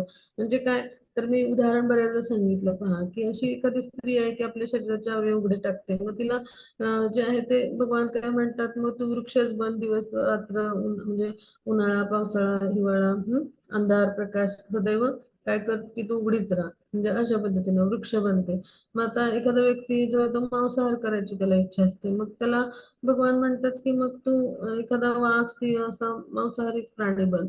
मग आता एखादी म्हणजे स्त्री किंवा पुरुष कोणी असो, त्याला जास्त झोपायची सवय असते. मग भगवान म्हणतात पुढच्या जन्मी तू अस्वल बनून टाक. म्हणजे अशा पद्धतीनं तमोगुणी व्यक्तींना त्यांचं जे कर्म असतं त्यानुसार त्याचं कर्मफळ मिळतं. मग एखादा व्यक्ती खूप मांसाहार करतोय, खूप इंद्रिय सुख घेतोय सर्व प्रकारचं, सगळं नशा पान सगळं करतोय, अनेक स्त्रियांशी संग करतोय, आणि विविध जे आहेत तर ती सुख अनुभवतोय. मग असा जो व्यक्ती आहे त्याला डुकराचा जन्म मिळतो. डुक्कर काय करतं, चिखलामध्ये लोळतं, विष्ठा खातं आणि काय करतं, अनेक डुकरींशी संग करतं. मग अशा पद्धतीचं म्हणजे तमोगुणामध्ये जर मृत्यू झाला तर जो आहे तो अशा पद्धतीचं ते आहे ते जीवन मिळतं. आता पुढे जाऊ आपण. हा, मग सत्वगुणात केलेलं जे कार्य असतं ते कसं असतं, तर पुण्यकर्माचं जे फळ असतं ते शुद्ध असून ते सत्वगुणी म्हणजे पुण्यकर्म. सत्वगुणी लोक काय करतात पहा, की ते मंदिरांना भेटी देतील, परिक्रमा करतील, भक्तांसोबत तीर्थयात्रेला जातील, मंदिरांना दान करतील, अशा पद्धतीचं म्हणजे परोपकारी सगळ्या कृती, अशा पद्धतीचं जे कार्य आहे तर ते पुण्यकर्मांचं फळ जे आहे ते कसं असतं, सत्वगुणी. मग आता रजोगुणात केलेलं कार्य कसं असतं, तर त्याचं फळ हे दुःख असतं. कारण सकाम कर्म म्हणजे काय, की आपण समजून घेऊ की सकाम कर्म कसं असतं, की आपल्या इच्छापूर्तीसाठी केलं गेलेलं. मग त्यासाठी खूप कष्ट घ्यायला लागतात. म्हणजे उदाहरणार्थ इथे चित्रात पहा, मोठमोठ्या बिल्डिंग बांधण्यासाठी, मोठमोठे अपार्टमेंट बांधण्यासाठी असं मोठे पैसे गुंतवावे लागतात. मग भरपूर संपत्ती लागेल त्याला. त्यासाठी भरपूर म्हणजे परिश्रम करावे लागतील. मग बांधकाम करणारे सगळे कर्मचारी त्यांना आपण म्हणजे अथक परिश्रम त्यांच्याकडून करून घ्यायला लागतील. मग एवढं करून काय असतं, की म्हणजे इतकं सगळं दुःखदायक जीवन आहे आणि परिश्रम जे आहेत ते अफाट करावे लागतात. मग ह्यामध्ये एवढंच सुख असतं म्हणजे की म्हणजे मानसिक सुख, की हे माझं घर आहे किंवा ही माझी संपत्ती आहे, हे सगळ्या माझ्या प्रॉपर्टी आहेत किंवा हा माझा पैसा आहे. मग एवढंच सुख असतं कणभर. म्हणजे मणभर काम आणि कणभर सुख म्हणतो ना, तसं म्हणजे रजोगुणी लोकांचं असतं. आणि त्यामुळे ह्याचा शेवट कसा असतो, दुःखाचाच होतो. म्हणजे त्याचं फळ कसं असतं, तर जे आहे ते दुःखदायी असतं. मग इथे चित्रात पाहू आताची संस्कृती कशी आहे, आधुनिक संस्कृती, तर ही आपल्याला रजोगुणी मानली गेली आणि तमोगुणाकडे नेणारी आहे. म्हणजे काय, की आता असं पाहतो ना आपण आपण 1 BHK फ्लॅट मध्ये असेल तर वाटतं 2 BHK घेऊ, मग परत वाटतं 3 BHK घेऊ. मग आपण बऱ्यापैकी आपली धन स्थिती असेल म्हणजे बऱ्यापैकी धन आपण मिळवत असू तर आपल्याला वाटतं की अजून जरा आपण प्रयत्न करूया, अजून वेगवेगळे मार्ग शोधतो अर्थ साधण्याचे. म्हणजे ही रजोगुणी मानसिकता आहे. मग ही जी मानसिकता आहे ना, ह्याचा शेवट दुःखातच होतो. कारण हे न संपणाऱ्या लालसा इच्छा, मग आधुनिक संस्कृती याला बढावा देणारी आहे. न संपणाऱ्या इच्छा आणि आकांक्षा याला बढावा देणारी आहे. पण खरी संस्कृती काय, सत्वगुणी प्रजा असणं ही खरी योग्य संस्कृती आहे. पण आता उलट घडत चाललंय आणि मग पुढे ती तमोगुणाकडे घेऊन जाणारी आहे. तमोगुणामध्ये केलेल्या कर्माचं फळ कसं असतं, मूर्खपणा आणि अज्ञान. म्हणजे इथं डेड एंड दाखवलंय पहा. म्हणजे काय, की तमोगुणाविषयी जर विचार करायचा झाला तर तो अज्ञानीच मनुष्य असतो. आणि त्यामुळं त्याच्या ज्या कृती असतात त्यांना स्वतःच्या लाभासाठी नाही इतरांच्या. म्हणजे असा जो व्यक्ती असतो तर म्हणजे अशाच पद्धतीची कार्य म्हणजे पशुहिंसा किंवा आता गोमाता आहेत मग त्यांचा वध म्हणजे केवढं जघन्य म्हणजे कृत्य आहे पहा. म्हणजे त्याचा त्यांना स्वतःलाही लाभ नसतो आणि दुसऱ्याला लाभ नाही झाला तर ते पापकर्मच होते, की ज्याचे परिणाम जे आहेत तर ते म्हणजे अत्यंत जघन्य असतात. म्हणजे वेदामध्ये म्हणजे जे आहे तर म्हणजे जे काही आपल्या माता आहेत त्यापैकी म्हणजे गोमाता ही पण एक माता सांगितली म्हणजे इतकं पावित्र्य आहे. आणि असं असताना म्हणजे तिच्याकडून आपल्याला लाभच होतो. म्हणजे तर मग म्हणजे दूध मिळतं किंवा गोमातेपासून विविध म्हणजे जे आहेत आपल्याला म्हणजे गोमय आहे किंवा अशा विविध वस्तूंचा लाभ होतो. म्हणजे काय, की इतका उपयोगी हा म्हणजे पशु असताना सुद्धा म्हणजे आपण त्याला पशु मानतच नाही, आपण माताच मानले. तर त्यांची हत्या करणं म्हणजे हे मूर्खपणाच्याच कृती आहेत ना, म्हणजे तमोगुणी कृती आहेत थोडक्यात. म्हणजे काय, की भगवान जे आहेत तर त्यांचे सगळेच सुपुत्र सुपुत्री आहोत आपण. मग एखाद्या मुंगीपासून जे आहे ते मनुष्यापर्यंत. माझ्या एखाद्या आपल्या सुपुत्र सुपुत्रीची हत्या केलेली भगवान यांना कसं बरं आवडेल, भगवान त्यांना दंडित करतात, हो की नाही. मग ह्यासाठी आपण म्हणजे गोहत्या किंवा गोवध हे जे आहे ते किंवा कुठल्याही पशुचा वध करणं चुकीचं आहे आणि त्याला आपल्या जिभेचे चोचले पुरवण्यासाठी मारून खाणं हे चुकीचं आहे, हो की नाही. मग आपलं कुठेच वेदामध्ये भगवानांनी सांगितलेलं नाही. कारण कर्मफल सिद्धांत किंवा कर्मफल न्याय त्याला जर आपण मानलं तर उद्या तो जेव्हा मनुष्य होईल तेव्हा आपला वध करेल. मग यासाठी आपण काय केलं पाहिजे, की हिंसा टाळली पाहिजे. पण हितमोगुणी वृत्तीचे व्यक्ती जे असतात ते सगळ्या अशा मूर्खपणाच्या कृती करत असतात. आणि त्यामुळे काय होतं, तर त्यांनी केलेल्या कर्माचं फळ म्हणजे मूर्खपणा आणि अज्ञान. त्यामुळे ते त्यांचं पतन होतं, म्हणजे पशुयोनीमध्ये जे आहेत तर ते जन्म घेतात. मग आता पुढे जाऊ आपण. सत्वगुणापासून वास्तविक ज्ञान उत्पन्न होतं, रजोगुणापासून लोभ उत्पन्न होतो, तमोगुणापासून प्रमाद आणि मोह उत्पन्न होतो. म्हणजे काय, की सत्व गुणी जे व्यक्ती आहेत तर त्यांच्यापासून वास्तविक जे आहे तर ज्ञान मिळतं आपल्याला. पहा, मग आता ह्याचा उपयोग काय आहे, तर आताची आधुनिक संस्कृती आपल्या हिताची नाहीये. मी जसं सांगितलं की रजोगुणी तमोगुणी लोकांचाच जास्त जो आहे तो प्रभाव आहे. मग आता रजोगुण काय करतो, लोभ उत्पन्न करतो, आणि तमोगुण प्रमाद आणि मोह आणि अज्ञान उत्पन्न करतो. मग ह्यामुळे काय घडेल, तर आपण समजून घेऊया की सत्वगुणाचे लोक जे असतात ना, त्यांना यथार्थ दृष्टी आहे असते, जे काही वास्तव आहे ते पाहू शकतात. आणि त्यामुळं सत्वगुणातले जे लोक असतात तर त्यांचा आपल्याला लाभ होऊ शकतो. कसा, तर तमोगुणी व्यक्तींची काय असते मानसिकता, जवळजवळ पशुवतच कार्य त्यांचं, म्हणजे ते वस्तूंना कुठल्या यथार्थ रूपात नाही पाहू शकत. मग त्यामुळं म्हणजे काय, की अशा लोकांना वास्तविक ज्ञान नसल्यामुळे ते स्वैराचारी असतात आणि दायित्वहीन म्हटलंय त्यांना, म्हणजे जबाबदारीने कुठली गोष्ट न करणारे असतात मग अशा लोकांना जर सत्वगुणी लोकांनी प्रशिक्षित केलं, तर निश्चित काय होईल, की ते हळूहळू सत्वगुणाच्या स्तरावर येतील. पहा, आणि त्यामुळं त्यांना वस्तूंचं योग्य ज्ञान, यथार्थ ज्ञान सत्वगुणी लोकांनी दिलं तर ते विवेकी विचारी बनतील. विवेकी म्हणजे काय, सरासर बुद्धी, काय करायला पाहिजे काय नाही करायला पाहिजे हे त्यांना कळायला लागेल. मग अशा पद्धतीनं म्हणजे विश्वातले जे सगळे लोक आहेत ते सुखी समृद्ध बनतील. म्हणजे काय, श्रील प्रभुपाद काय म्हणतात, की संपूर्ण विश्वाच्या लोकसंख्येच्या अगदी 4% जरी समाज जो आहे तो कृष्ण भावनाभावित बनणार किंवा सत्वगुणी असेल थोडक्यात, तर काय होईल, की संपूर्ण विश्व जे आहे ते समाधानी आनंदी होईल. विश्वामध्ये शांती, खरोखर सुख समृद्धी येईल. मग ह्यासाठी सत्वगुणी लोकांची संख्या जास्त हवी. मग आता ह्यासाठी जर आपण कृष्ण भावनेचा विकास करून सत्वगुणात कसे हे लोक जे आहेत ते स्थित होतील यासाठी प्रयास करणं आवश्यक आहे. म्हणून प्रचार प्रसाराची आवश्यकता आहे. मग रजोगुणी लोकांचं काय होईल, पुरेसं धन जरी असलं तरी इंद्रिय तृप्ती करण्यासाठी जे आहे ते पुन्हा न संपणाऱ्या इच्छा, आणि त्यामुळे पुन्हा आणखी प्रयास करेल. मग त्यामुळे काय, लोभच उत्पन्न होईल. मग त्यामुळे असं मनुष्य कधी म्हणजे मनशांती किंवा सुख त्याला स्वतःलाच लाभत नाही तर तो इतरांना काही देणार, हो ना, असं घडेल. त्यामुळे सुख आणि शांती रजोगुणी व्यक्तीमुळे नाही मिळू शकणार. आणि तमोगुणी व्यक्तीचं तर कसं असणार, की तमोगुणी लोक जे आहेत ते मूर्खच बनतात, म्हणजे आपल्या परिस्थितीमुळे निराश झाल्यामुळे नशापान आणि व्यसनांचा आश्रय घेतात. मग अज्ञानामध्ये ते अधिक अधिक पतित होतील.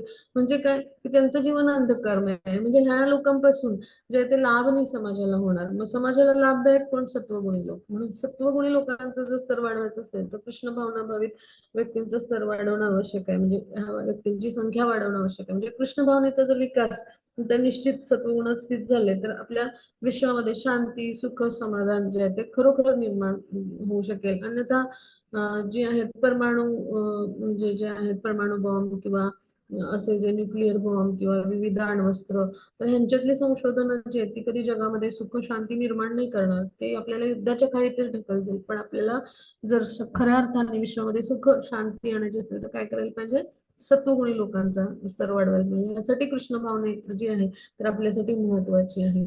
कृष्ण भावनेमध्ये विकास केला तर निश्चितच मनुष्य सत्वगुणामध्ये स्थित होतो. तर पुढे जाऊ आपण. हा, बरोबर. हा, ऊर्ध्वं गच्छन्ति सत्त्वस्था मध्ये तिष्ठन्ति राजसाः जघन्य गुणवृत्तिस्था अधो गच्छन्ति तामसाः. तर आता सत्वगुणी मनुष्य क्रमशः ऊर्ध्वगतीने उच्चतर लोकांमध्ये जातात. जसं की मी म्हटलं की ब्रह्मदेव वास करतात, तिथे ब्रह्मलोक किंवा त्याला सत्यलोक म्हणतात. किंवा जन तपलोक, हे विविध लोक आहेत. सत्वगुणामध्ये प्रगती केल्यामुळे ते उच्च लोकांमध्ये जातात. रजोगुणी मनुष्य काय करतो, पृथ्वी तलावरच तो वास करतो, म्हणजे एखादा राजा म्हणून जन्म घेतो, कधी धनवान मनुष्य म्हणून जन्म घेतो. आणि अशा पद्धतीनं तो कार्य करत राहतो. कधी कधी मिश्रण पण होतं रजोगुणी तमोगुणी लोक, म्हणजे असं मिश्रण होतं. आणि त्यामुळे असं पण आहे की म्हणजे त्याच्या न संपणाऱ्या इच्छा आकांक्षा इतके असतात की कधी कधी तो वेडसर पण होऊ शकतो, म्हणजे इतकं त्या न संपणाऱ्या इच्छा आकांक्षा असतात.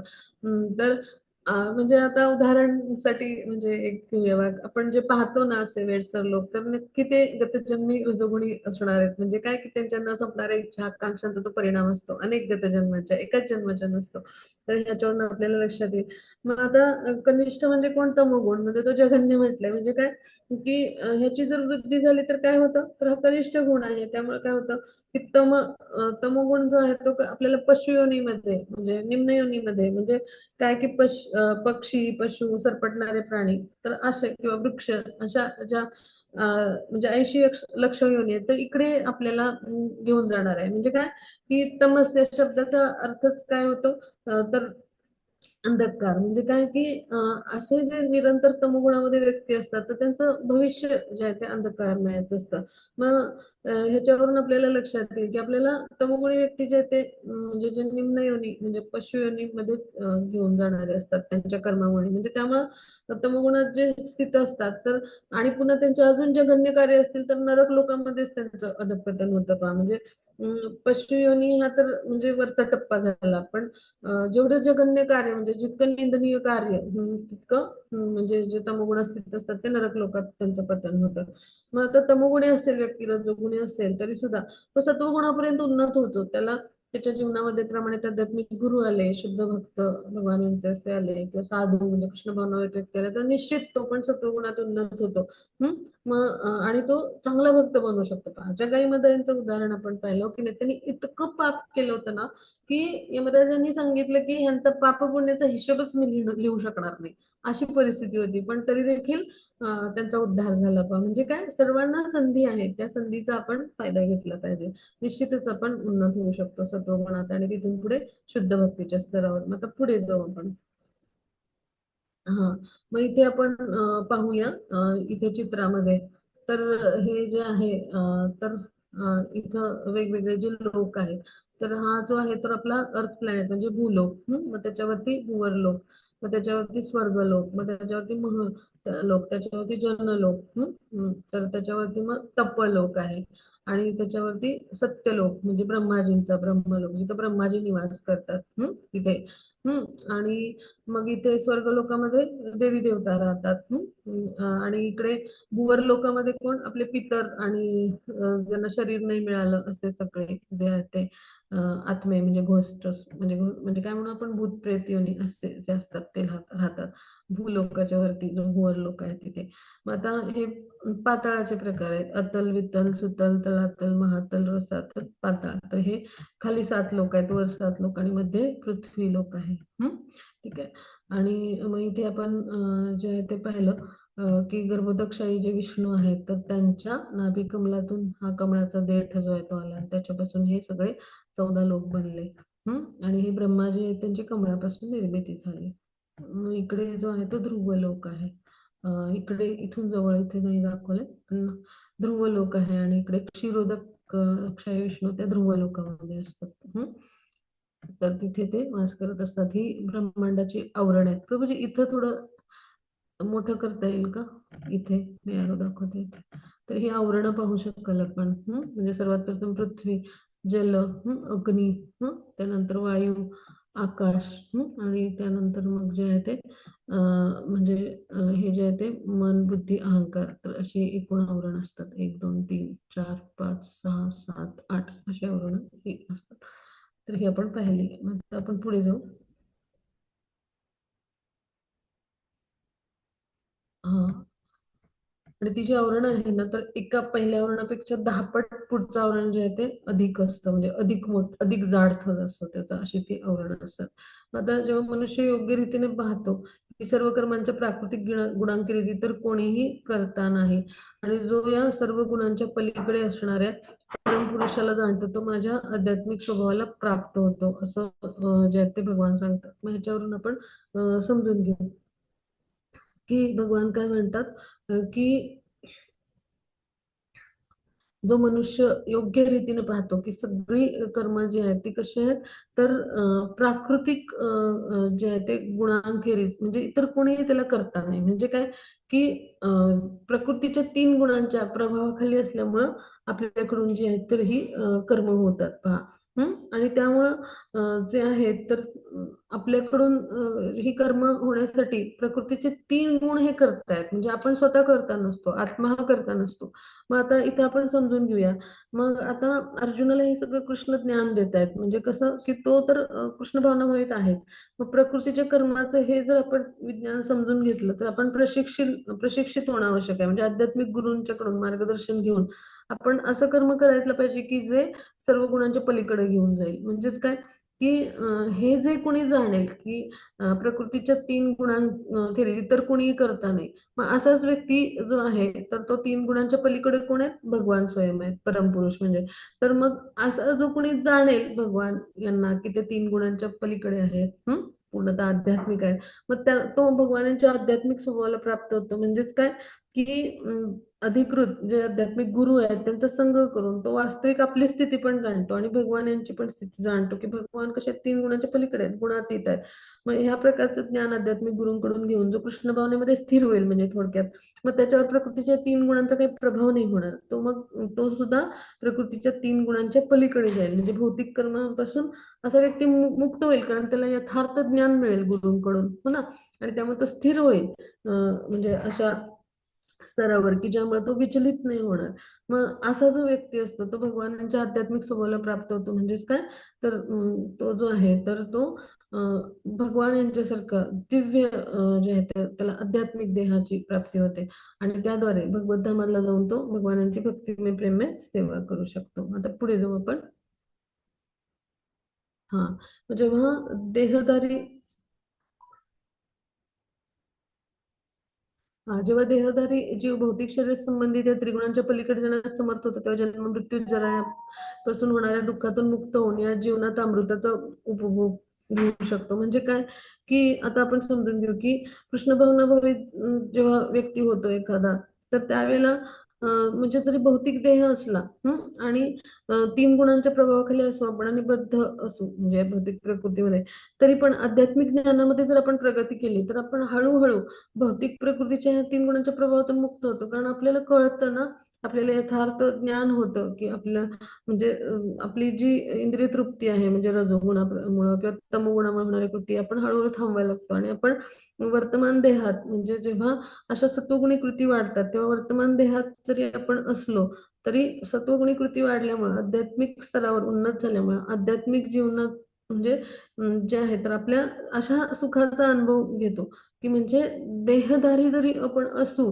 तरी भौतिक शरीरामध्ये जरी असू म्हणजे थोडक्यात ते 3 गुणांच्या पलीकडे आपण जाण्यास समर्थ होतो किंवा असा भक्त गेलेला पण असतो जो कृष्ण भावनाभावित असतो तो. का तर तो कृष्णांच्या संतुष्टीसाठी कार्य करत असतो, ज्ञानामध्ये स्थित झालेला असतो. आणि ते दिव्य ज्ञान जे आहे तर ते त्याला आध्यात्मिक साक्षात्काराच्या स्तरावर घेऊन जातं. म्हणजे काय आपल्या जीवनाचं उद्दिष्ट त्याला समजलेलं असतं. त्यामुळे वर्तमान देहात राहून पण तो आध्यात्मिक जीवनातल्या सुखाचा अनुभव घेऊ शकतो आणि देहाचा त्याग केल्यावर निश्चितच त्याला आध्यात्मिक जगत म्हणजे भगवत धामाची प्राप्ती होते. म्हणजेच काय कृष्ण भावनाभावित भक्ती सेवा ही जी आहे ती आपल्याला प्रकृतीच्या 3 गुणांच्या बंधनातून मुक्त करण्यासाठी मदत करणारी आहे. पहा, मग अशा 3 गुणांच्या प्रभावातून आपण मुक्त झाल्यानंतरच भक्तिमय सेवेमध्ये प्रवेश करतो. आता पुढे जाऊ आपण. मग अर्जुनाने विचारलं, हे प्रभू, त्रिगुणांच्या अतीत असणारे मनुष्य कोणत्या लक्षणाने ओळखला जातो? त्याचे आचरण कसे असते? तो प्रकृती गुणांच्या पलीकडे कसा असतो? मग आता हा जो अर्जुनाचा प्रश्न आहे तर त्याचं उत्तर आता भगवान देतात. म्हणजे त्याला असा प्रश्न पडलाय मग तो कसा असतो, तो नियमांचं पालन करतो की स्वेच्छाचारी असतो, म्हणजे काय नेमकं असतं की कसं ओळखायचं त्याला. आता भगवान जे आहे ते उत्तर देतात. हा प्रभू, पुढच्या श्लोकावर येऊ.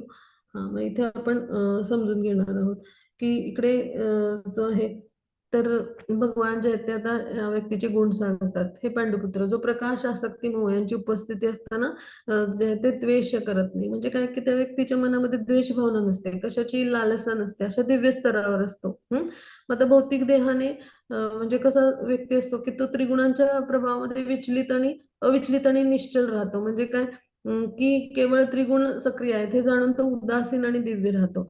आणि मग कसा आत्मस्थित असतो आणि सुख दुःखाला सारखेच म्हणतो. म्हणजे काय की भौतिक देहानं आपण बद्ध झालोय हे त्यांना जाणलेलं असतं, भौतिक जगतात आपण आहोत.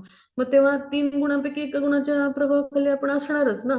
मग आता जेव्हा आपण ह्या देहाच्या बाहेर जाऊ तर प्रकृतीच्या 3 गुणांच्या प्रभावातून मुक्त होणार, हो की नाही? म्हणून मग तो काय विचार करतो की देहामध्ये जेव्हा बद्ध आहे जीव, तर तेव्हा आपण उदासीनच असलं पाहिजे ना.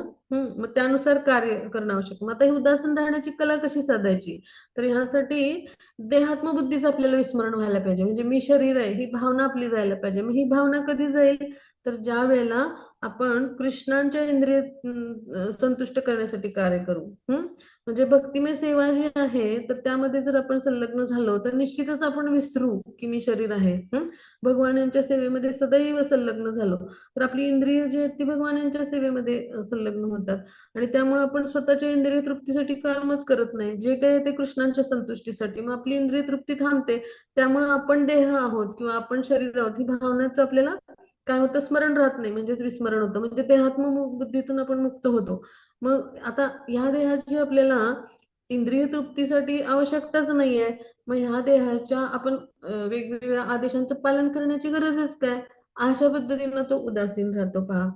म्हणजे शरीरामध्ये प्राकृतिक गुण कार्य करतील ज्या कुठल्या गुणामध्ये स्थित आहे. पण आत्मा जो आहे तो कसा असतो, अलिप्त राहतो. त्याला या इंद्रिय भोगांची काही आवश्यकताच वाटत नाही. तो भगवान यांच्या संतुष्टीसाठी आपल्या इंद्रियांच्या माध्यमातून कार्य करत असतो. मग अशा पद्धतीनं आत्मा जो आहे त्या सगळ्यांपासून अलिप्त राहतो. म्हणजे काय की त्याला देहाच्या या इंद्रियांद्वारे उपभोग पण घ्यायची इच्छा होत नाही आणि देहाच्या बाहेर जाण्याची पण इच्छा होत नाही. तो असा दिव्य स्तरावर स्थित होतो आणि त्यामुळे असा जो भक्त आहे तो प्रकृतीच्या 3 गुणांपासून आपोआपच मुक्त झालेला असतो पहा. म्हणजे त्यामुळे तो आत्मस्थित असतो, सुखदुःखाला सारखेच मानतो. मग आता माती आणि दगड सोन्याकडे समदृष्टीने पाहतो किंवा जो प्रिय अप्रियांच्या बद्दल समभाव राखतो किंवा जो धीर आहे किंवा स्तुती निंदा मान अपमान याकडे समभावाने पाहतो किंवा मित्र शत्रू यांच्याशी सारखीच वर्तणूक करतो किंवा ज्यानं सर्व भौतिक कर्मांचा परित्याग केलाय मग त्याला गुणातीत म्हणजे काय. मग त्यामुळे भौतिक गोष्टीत आसक्ती असलेल्या मनुष्याला शरीर आणि तथाकथित मान अपमान ह्याची आवश्यकता असते. हा भौतिक शरीरामध्ये आसक्त नसतो, तसा व्यक्ती दिव्य स्तरावर असतो. त्याचं प्रत्येक कर्म कृष्ण भावना मध्येच होतं. मग त्यामुळं कुणी आपल्याला मान देतो का, कुणी आपला अपमान करतो का, कुठलाच विचार त्याच्या मनात नसतो. कृष्णांच्या संतुष्टीसाठी कार्य तो करत असतो. मग कृष्णांच्या संतुष्टीसाठी कार्य करताना अशा कर्मामध्ये जो कोणी ज्या गोष्टी अनुकूल असतात त्याचा स्वीकार करतो. मग ज्या प्रतिकूल असतात त्याचा तो स्वीकार नाही करत. मग त्याला कृष्ण भावनेमध्ये मला हे अमुक सोनं पाहिजे असं काही आवश्यकता नसते. मग सोनं आणि दगड कुठल्याच गोष्टींना तो म्हणजे त्याची आवश्यकता त्याला वाटत नाही. उलट हे सगळं आपण कृष्णांच्या सेवेमध्ये कसं वापरू असं म्हणजे असा याचा उपयोग करता येईल असा विचार करणारा तो असतो. मग कृष्ण भावनावहित कर्म करणारा जो व्यक्ती असतो त्याला मग असा कृष्ण भावनेमध्ये सहकार्य करणारा त्या कर्म करण्यास मदत करणारा जो व्यक्ती आहे त्याला तो मित्र मानेल. आणि मग जो आपल्याला म्हणजे तो आपल्याला म्हणजे असं कुठला शत्रू आहे असं कधी तो विचारच करणार नाही. कारण तो सदैव कृष्णांच्या संतुष्टीसाठी कार्य करत असतो. त्यामुळे भौतिक जीवनात आपण कसं द्वेष करू असं काही तो करतच नाही. द्वेष कुठल्या शत्रूचा सगळ्यांना समभावाने पाहिजे. सगळ्यांमध्ये एकच आत्मतत्व पाहिजे, एकाच स्तरावर पाहिजे. त्यामुळे भौतिक जीवनात त्याला असं कर्तव्य कुठलं उरतच नाही. म्हणजे आता राजकीय सामाजिक जीवन जिकडे खूप सारी उलथापालथ रोज होत असते आपण पाहतो. पण तिकडे तो काही म्हणजे त्या गोष्टींमध्ये तो रसच घेणार नाही. स्वतःच्या स्वार्थासाठी त्याला कुठलं कर्मच करायचं नसतं. कृष्णांच्या संतुष्टीसाठी जे काही आहे ते. आणि मग स्वतःसाठी तर काही करतच नाही. मग असा जो मनुष्य असतो तो दिव्य स्तरावर स्थित असतो पहा. जसे आपण 6 गोस्वामी वृंदावनचे पाहिले. त्यांनी काय केलं? कृष्णांसाठीच लिखाण केलं जे ग्रंथांचं आहे ते. कृष्णांच्या संतुष्टीसाठी अर्चविग्रहांची स्थापना केली. कृष्णांच्या संतुष्टीसाठी मंदिर उभारणी केली. कृष्णांच्या संतुष्टीसाठी स्वतः वैष्णव शिष्टाचाराचं आचरण केलं आणि इतरांना शिकवलं.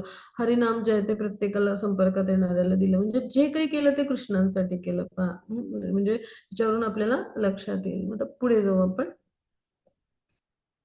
हा मग आता हा श्लोक जो आहे तो ह्याच्यामध्ये काय म्हणलंय ते आपण समजून घेऊ. मांचयो व्यभिचारेण भक्तियोगेन सेवते सगुणान् समतीत्येतान् ब्रह्मभूयाय कल्पते. जो मनुष्य सर्व परिस्थितीत एकनिष्ठ होऊन पूर्णतः भक्तिमय सेवेमध्ये संलग्न होतो तो तात्काळ त्रिगुणांच्या पलीकडे जाऊन ब्रह्म स्तरापर्यंत उन्नत होतो. म्हणजे काय आता सगळ्या परिस्थितीमध्ये जो भगवान यांच्याशी एकनिष्ठ राहतो म्हणजे दृढ श्रद्धेने स्थित राहतो भगवान यांच्या आणि भक्तिमय प्रेममय सेवेमध्ये संलग्न होतो. म्हणजे काय की कृष्ण कर्म म्हणजेच भक्तियोग आहे, कृष्णाच्या संतुष्टीसाठी कार्य करण्यासाठी. मग आता असा जो मनुष्य आहे तो काय करतो, नेहमी भगवानांची भक्तिमय प्रेममय सेवा करतो. मग भगवानांची विस्तारित कितीतरी रूप आहेत, राम नारायण हो की नाही, नरसिंह भगवान. मग कुठल्याही रूपाची आपण जरी सेवा केली तरी हरकत नाही, पण भगवान यांच्याशी तो जोडला गेलेला असतो. मग असा जो व्यक्ती असतो तर तो कृष्णांच्या सेवेमध्ये जर संलग्न असेल तर सहज गुणातीत होईल. पहा, म्हणजे कृष्णांना शरण जाणारा व्यक्ती तात्काळ प्रकृतीच्या 3 गुणांच्या प्रभावातून मुक्त होतो. म्हणजे काय, की भगवान कसे आहेत, सच्चिदानंद आहेत. मग तसंच आहे, आपण भगवानांचे अंश आहोत. म्हणजे काय, सोन्याचं एक कण आणि सोनं तर जे आहे त्यांच्यामध्ये सोन्याचे गुण आहेत. मग तसंच आहेत, आपल्यामध्ये भगवान यांचे सगळे गुण आहेत, परिमाणाने आपण भिन्न आहोत. आता भगवान आणि भक्त यांच्यामध्ये हे प्रेमाचं आदान प्रदान असतं. पहा, म्हणजे काय, की भगवान यांची सेवा करायला सुद्धा आपल्याला तेवढी पात्रता हवी ना. म्हणजे आपण अशा अशुद्ध देहाने भगवान यांची नाही सेवा करू शकत, किंवा अशा अशुद्ध प्रदूषित देहाने आपण गोलोक वृंदावन नाही जाऊ शकत. तर यासाठी आपण जे आहे ते शुद्ध होणं आवश्यक आहे. म्हणजे जसा राजाचा जो म्हणजे जो वैयक्तिक सहाय्यक होण्यासाठी त्याला पात्रता मिळवायला लागेल हो की नाही, किंवा मंत्र्यांचा एखाद्या जर सेक्रेटरी व्हायचं तर त्या स्तरावरच पात्रता त्याला हवी. तसं म्हणजे मग आता ही पात्रता म्हणजे काय, तर ब्रह्मस्तर जो आहे तो मिळवणं. म्हणजे काय, की ब्रह्मस्तराची आपल्याला जी आहे तर ती प्राप्ती झाली तर आपल्याला परब्रह्म म्हणजे भगवान यांची प्राप्ती होईल. म्हणजे काय, आपण गुणात्मक दृष्ट्या भगवान यांच्यासारखं शुद्ध होणं म्हणजे गुणांनी एकरूप होणं. म्हणजे याला म्हटलंय, म्हणजे गुणांनी एकरूप होणं म्हणजे भगवान यांच्यामध्ये जाऊन एकरूप होणं नाही. गुणांनी एकरूप होणं म्हणजे भगवान यांच्यासारखे गुण सद्गुण आपल्यामध्ये निर्माण होणं. मग ह्या स्तरावर आपण जेव्हा शुद्ध होतो तर त्याला म्हणायचं भक्तीतला ब्रह्मस्तर. मग जीवात्मा हे ब्रह्मस्वरूप कधी गमावत नाही. आणि त्याद्वारे तो भगवानांची सेवा करायला पात्र होतो का, तर त्यावेळेला तो मुक्त झालेला असतो या सगळ्या भौतिक विकारातून. म्हणजे भौतिक विकारातून मुक्तता म्हणजे प्रकृतीच्या 3 गुणांतून मुक्तता. मग आता आपण पुढच्या श्लोकावर येऊ.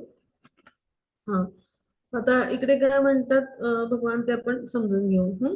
तर इथे जे आहे तर ह्या श्लोकाच्या माध्यमातून खूप महत्वाची गोष्ट आपण समजून घेणार आहोत. हं? ब्रह्मणो हि प्रतिष्ठाहम अमृतस्य अव्ययस्य च शाश्वतश्च धर्मस्य सुखस्य एकांतिकस्य च. तर आता इथं आपण समजून घेऊ की परमसुखाची स्वाभाविक स्थिती असणारा अमृत शाश्वत आणि अव्ययी निर्विशेष ब्रह्मज्योतीचा आधार मी आहे, असं भगवान म्हणतात. आता निर्विशेष ब्रह्मज्योती म्हणजे काय, भगवानांच्या शरीरातून प्रसारित होणारे प्रकाश किरण. मग त्यांचा आधार कोण आहे, भगवान. म्हणजे काय, प्रकाश किरण येत आहेत म्हणजे बॅटरी आहे, बॅटरीचा प्रकाश येतोय. टॉर्च किंवा आपण बॅटरी म्हणतो, म्हणजे त्याच्या पाठीमागे टॉर्च आहे ना. मग तसंच प्रकाश किरण आहेत. मग ते प्रकाश किरण कुठून येत आहेत, भगवानांच्या दिव्य अंगकांतीतून. मग ह्याच्यावरून आपण लक्षात घेऊ की भगवान काय म्हणतात की ब्रह्म म्हणजे काय, आत्मसाक्षात्काराचा पहिला स्तर निर्विशेष ब्रह्म. तर हे कसं आहे, तर हे कसं आहे, अमृतव्य शाश्वत सुखमय आहे, म्हणजे आनंद देणार असं आहे ही अवस्था. मग ह्याचं पण म्हणजे हा दिव्य साक्षात्काराचा प्रारंभ जो आहे तो ब्रह्मापासून होतो. मग ह्याचं पण कोण आहेत, भगवान स्वतःच ते आहेत. तर ह्याचा आधार आहेत, म्हणजे काय, भगवान यांच्यापासूनच हे निर्माण होतं. मग आता दिव्य साक्षात्काराचा मध्यभाग म्हणजे दुसरी पायरी परमात्मा. मग ह्याचा पण स्रोत कोण आहेत, भगवानच आहेत. म्हणजे हे दोन्हीही निर्विशेष ब्रह्म आणि परमात्मा स्तराची अनुभूती ही भगवान यांच्यावरच अवलंबून आहेत. आणि भगवान ही सर्वश्रेष्ठ अनुभूती म्हणजे परिपूर्ण अनुभूती म्हणजे अंतिम टप्पा तिसरी अनुभूती. मग आता इथे आपण समजून घेऊ की ब्रह्मसाक्षात्काराच्या स्तरावर जे आलेले असतात तर ते जे असतात तर ते जे आहेत तर ते म्हणजे पहिला टप्पा आहे आत्मसाक्षात्काराचा. मग ते त्या ब्रह्मस्तरावर स्थिर राहू शकतात, पण हळूहळू ते परमात्मा साक्षात्कारापर्यंत उन्नत पण होऊ शकतात. मग आता अशी उदाहरणं खूप आहेत. म्हणजे चतुष्कुमार हे ब्रह्म साक्षात्कारी होते. अर्थात तो स्तर जो असतो तो पूर्ण अनुभूतीचा नसतो, पहिला टप्पा आहे. पण क्रमाक्रमानं भक्ती स्तरापर्यंत उन्नत होऊ शकतात. चतुष्कुमार होते, त्यांना भगवान यांच्या चरणकमलांशी जे तुलसी म्हणजे ज्या होत्या तर त्या अर्पण केलेल्या त्याचा सुगंध घेतला आणि ते जे आहेत तर ते कृष्ण प्रेम त्यांनी प्राप्त केलं. म्हणजे ब्रह्माच्या पलीकडे सुद्धा जाता येऊ शकतं, म्हणजे निर्विशेष ब्रह्माच्या पुढच्या टप्प्याला. मग आता ब्रह्मस्तरापर्यंत आल्यानंतर सुद्धा मनुष्याने काय केलं पाहिजे, भक्तिमय प्रेमाचे प्रयत्न जे आहेत ते करायला हवेत. म्हणजे भक्तीमध्ये संलग्न असायला हवं, अन्यथा पतन होऊ शकतं. आणि म्हणून जे आहे ते आपण समजून घेऊ की कृष्णांची भक्तिमय प्रेममय सेवा केल्यानंच आपल्याला काय होईल, तर भक्तिमय स्तरावर म्हणजे भक्तिमय प्रेममय सेवेच्या स्तरावरच आपण जी परिपूर्ण अनुभूती आहे तर ती घेऊ शकतो. म्हणजेच काय, नंतर आपण भगवान यांचं जे मूळ भगवान रूप आहे त्या स्तरावरचा साक्षात्कार जो आहे तर त्या स्तरावर येऊ. मग आता कृष्ण सेवेमध्ये संलग्न झालेल्या व्यक्तीला आधीच झालेला असतो साक्षात्कार. पहा, म्हणजे उदाहरण कसं, की राजा जो आहे तर त्याचा जो सेवक आहे तो राजाच्या सगळ्या म्हणजे सुख सुविधा यांचा उपभोग घेतो. मग तसंच आहे भगवानांच्या भक्तिमय प्रेममय सेवेद्वारे त्याला म्हणजे जो भक्त आहे त्याला जे आहे ती शुद्धी तर मिळतेच आणि शाश्वत भक्तिमय जीवनासोबतच त्यांना भगवान जे आहेत तर त्यांचा साक्षात्कार पण झालेला असतो. आणि म्हणून आपण काय करायला पाहिजे, श्रवण कीर्तन स्मरण करून भक्तियोग म्हणजे भक्तियोगाचं आचरण केलं पाहिजे, भक्तांचा संग घेतला पाहिजे. मग गुरुच्या कृपेनं आपल्याला हळूहळू अशा सत्संगामध्ये जे आहे तर ते ज्ञान मिळायला लागतं. आणि मग आपण भगवत भक्ती करण्यासाठी हे सगळं सोपं आहे. म्हणजे भगवत सेवा करण्याचा मार्ग जो आहे किंवा भक्तिमय प्रेममय सेवा जी आहे ते, मग त्या सेवेमध्ये आपण युक्त व्हायचा प्रयत्न करायचा, भगवत प्रसाद ग्रहण करायचा, भगवानांच्या चरण कमलांना अर्पण केलेल्या फुलांचा सुगंध घ्यायचा, भगवानांच्या लीलास्थळींना भेट द्यायचा, तिथं जाऊन अध्ययन करायचं भगवानांची लीला कशी घडली, भगवान आणि भक्तांच्या प्रेमाचं आदान प्रदान म्हणजे भागवताचं आपण श्रवण करावं. भगवानांच्या विविध लीला त्याच्यामध्ये आहेत. तर अशा पद्धतीने आपण प्रयास करू किंवा हरे कृष्ण महामंत्राचा नित्य जप करावा. किंवा भगवानांच्या उच्च कोटीच्या भक्तांचा आविर्भाव तिरुभाव दिवस असतो त्या दिवशी आपण उपवास करावा. मग अशा पद्धतीने आपण भौतिक कर्मातून अनासक्त होऊन आपला जो सत्वगुणाचा स्तर आहे तो वाढेल. पहा, म्हणजे काय, की असा जो व्यक्ती आहे तर तो हळूहळू ब्रह्म ज्योतीच्या स्तरावर स्थिर होईल. मग हळूहळू जो आहे तो पुढच्या टप्प्याला जो आहे तो जाऊ शकेल. म्हणजे काय, की ह्याच्यावरून आपल्याला लक्षात येईल की ब्रह्म स्तरावर जेव्हा स्थित होतं तेव्हा त्याचं पतन होत नाही. पण यासाठी भक्तिमय प्रेममय सेवा आवश्यक आहे. मग आपण अशा पद्धतीनं 3 गुणांविषयी आज अभ्यासलं.